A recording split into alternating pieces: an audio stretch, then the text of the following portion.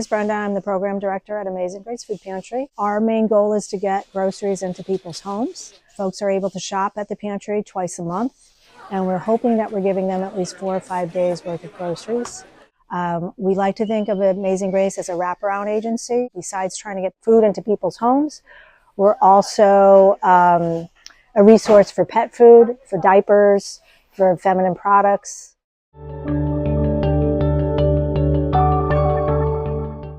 We are seeing a tsunami of new folks that need to use a food pantry for the first time. We started keeping track of new clients back in July, and we were noticing an uptick then. So just by way of example, we were seeing our average from 8 to 10 families having to use the pantry for the first time. First time we consider somebody also that hasn't had to use the pantry in 2 years. So our averages were 8 to 10 folks, 8 to 10 families per month. After July, that number increased to 30. Since Monday, we've had that in just one day. Today, by way of example, we've been open up for almost 2 hours, and we've had 20 new families that have never had to use a food pantry before. So we are trying to prepare ourselves as best as we can. Again, our main goal is always to get as many groceries to as many families as the need requires. As many phone calls as I've gotten for people that are desperate for help because they don't know where to turn and they've never had to use us as a resource, I'm getting just as many phone calls for people that want to help.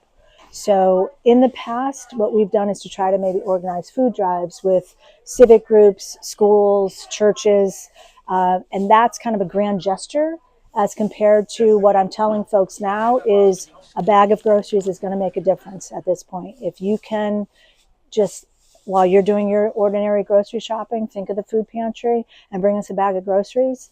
That was my answer to a lot of these people that called on Monday. And by the end of the day on Monday, I had 15 bags of groceries. So that's kind of a trickle effect where every single item is going to make a difference to the community that we serve. And that lets people know that they really are helping. We are always looking for monetary donations as well because we have buying power through Connecticut Food Share and some other resources that we can we can stretch our dollar a little bit more. So we are always looking for volunteers.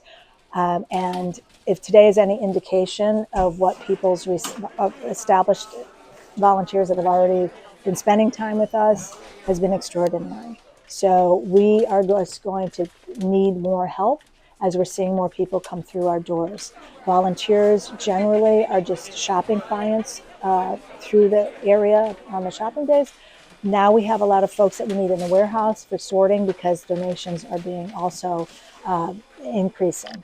But we are always looking for volunteers. It's a great way to spend some time, whether you're in retirement, in between jobs, just have some time on your hands. It's very easy to volunteer here, and I think if you ask anybody that does volunteer, it's very satisfying.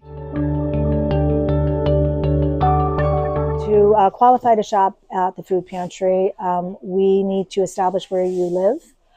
We have a limited amount of communities that we serve. We do consistently serve the city of Middletown. The next thing that we need to qualify you for is your family size because that's how we're going to shop you. So it doesn't have to be that it's parents or guardians with children in the house. It could be for adults in the home. We just need to establish how many people are residing there. The third thing that we need to ask about is income, but we don't need to vet that information. It's just a verbal yes or no. And that's it.